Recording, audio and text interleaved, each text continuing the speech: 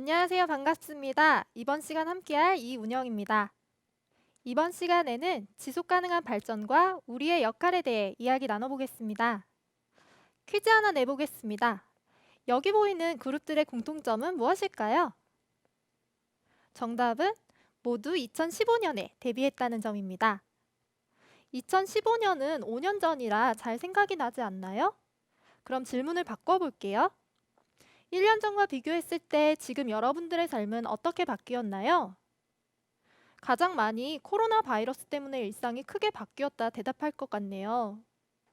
답답해도 마스크를 꼭 쓰고 다녀야 하고 학교에 가서 선생님과 친구들과 함께 생활하고 있었어야 했는데 지금 그러지 못하고 있죠.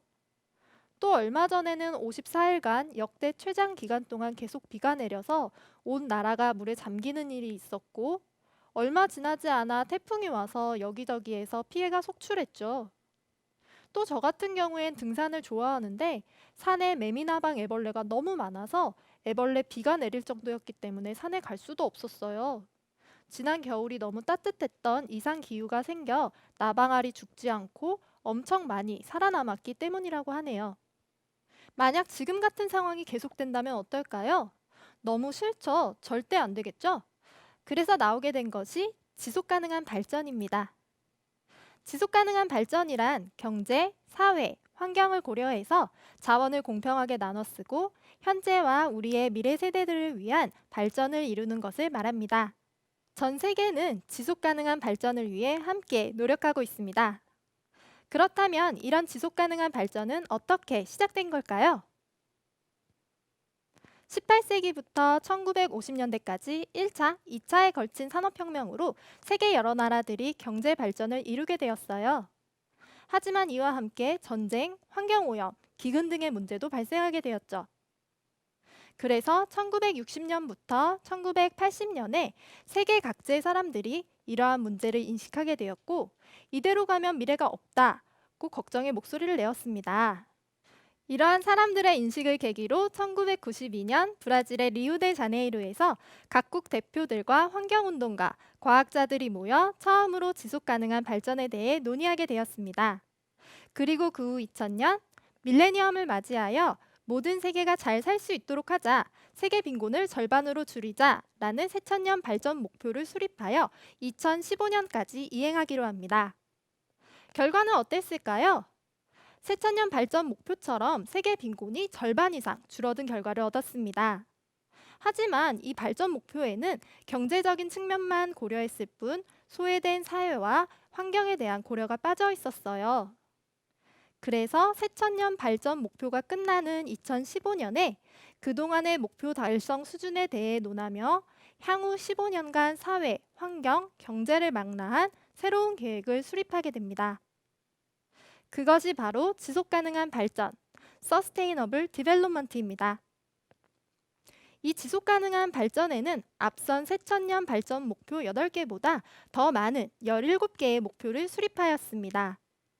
이 17가지 목표의 핵심은 모든 사람이 평등하고 행복한 삶을 누릴 수 있도록 노력하고 현재와 미래 세대를 위한 환경을 고려하면서 발전을 이루기 위한 전 세계의 약속이라는 것을 기억하는 것이 중요해요. 그럼 이런 약속을 지키기 위해 우리나라와 사회는 어떤 노력을 하고 있을까요? 우리나라는 경제, 사회, 환경을 고려한 지속 가능한 발전을 이루기 위해 국내외에서 노력하고 있어요. 에너지와 농업은 경제 성장과 빈곤 해소를 위해 굉장히 중요합니다. 그래서 우리나라는 에너지 인프라 개선 사업, 농어촌 생활 여건 개선 및 역량 강화를 위해 도움이 필요한 곳에 원조 사업을 진행하고 있습니다. 또한 우리나라의 민주주의 발전 경험과 정보 산업 분야 발전의 경험을 개발도상국과 공유함으로써 건전한 공공제도 구축을 위해 힘쓰고 있습니다. 뿐만 아니라 개발도상국의 경제 성장과 빈곤 퇴치를 위해 인적 자원 개발을 지원하고 있으며 의료보건 지원을 통해 사망률 감소 및 전염병 퇴치에 기여하고 있습니다. 그리고 기후변화나 오존층 파괴와 같은 환경 문제는 전 세계적으로 영향을 미치기 때문에 국제적으로 합의하여 이에 대처할 수 있는 역량을 높이기 위해 노력하고 있습니다. 이번엔 지속가능 발전에 기업은 어떤 실천을 하고 있는지 살펴볼까요? LG전자는 한국국제협력단과 함께 협력하여 에티오피아의 LG 코이카 직업훈련학교를 설립했습니다. LG전자가 가지고 있는 최첨단 기술을 에티오피아 학생들에게 교육하여 전자, IT 분야 전문가를 양성하고 궁극적으로 에티오피아의 경제 자립 기반을 확립할 수 있도록 설립한 것이죠. LG화학은 태양 에너지 기술을 이용하여 지자체 및 NGO와 함께 그린 파트너십 프로젝트를 진행하고 있습니다. 태양광 발전 설비를 활용한 친환경 전력을 통해 취약계층 및 저소득층을 후원하고 있습니다.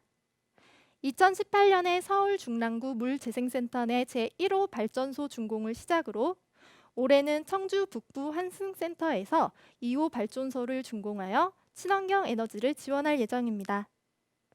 또한 아동 청소년 복지시설의 에너지 비용 저감을 위한 그린 리모델링 사업도 추진하고 있습니다. LG생활건강은 모든 섬유유연제에서 미세 플라스틱을 사용하고 있지 않습니다. 일부 업체들은 미세 플라스틱을 섬유유연제의 향기를 오래 지속시키기 위해 향기 캡슐로 사용했습니다. 이러한 미세 플라스틱이 강과 바다로 흘러들어가 해양동물의 생존을 위협하는 문제를 일으켰죠. LG생활건강은 이러한 미세 플라스틱을 제품에 사용하지 않고도 향기를 오래 지속하는 친환경 기술을 개발하여 사용하고 있습니다. 지금까지 우리나라와 기업의 지속가능한 발전을 위한 노력을 살펴봤는데요. 여기까지는 이해가 잘 되었나요?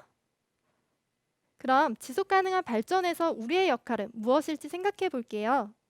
우리가 뭘 할 수 있는지는 조금 막연하게 느껴지나요? 지속가능한 발전 실천, 어렵지 않아요. 저와 여러분도 함께 할 수 있습니다.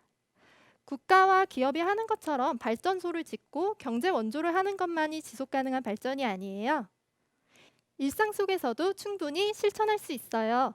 우리가 어떤 것을 할 수 있는지 앞서 말씀드린 목표와 연결하여 예를 들어볼게요. 봉사활동에 참여하여 주변의 어려운 이웃을 돕는 것도 빈곤 종식과 불평등 완화를 위한 지속가능한 개발 실천입니다. 그리고 지구촌의 배고픔으로 고통받고 있는 친구들을 이해하기 위해 기아체험에 참여하는 것도 지속가능한 개발 실천입니다. 제가 여러분 또래였을 때는 TV에서 기아체험 24시라는 프로를 매년 방영했었는데요. 눈물을 줄줄 흘리면서 기아체험을 하던 기억이 나네요.